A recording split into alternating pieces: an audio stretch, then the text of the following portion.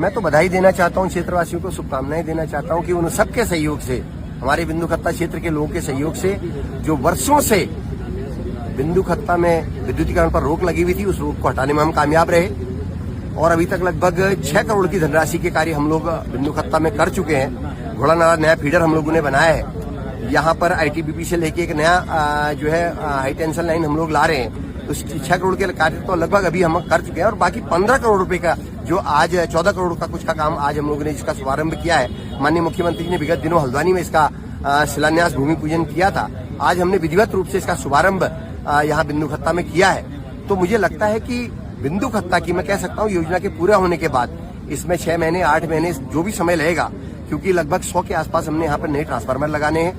लगभग 1000 के से अधिक हमने विद्युत पोल यहाँ पर बिंदु खत्ता में लगाने हैं और जहाँ पर नई लाइनें हमने बनानी है, जहाँ पर पोल नहीं है वहाँ पर पोल लगाने हैं, नई लाइनें बनानी है, नए ट्रांसफार्मर जहाँ पर छोटे ट्रांसफार्मर वहाँ बड़े ट्रांसफार्मर करने हैं। तो मुझे लगता है कि हम लगभग मैं दावे के साथ कह सकता हूँ योजना के पूर्ण होने के बाद हम बिंदु खत्ता की विद्युत की जो समस्या है लगभग उसका समाधान करने में सफल होंगे। लो वोल्टेज से इनको लोगों को निजात मिलेगी। इसके अलावा भविष्य में हम लोगों का प्रयास ये है कि अभी जो बिंदु खत्ता और लालपुआ क्षेत्र है वो उधम सिंह नगर से फीड हो रहा है। हमारा धौलाखेड़ा में एक पावर स्टेशन बन रहा है, बिजली घर बन रहा है। उस बिजली घर के बनने के बाद हम लोगों के इस क्षेत्र को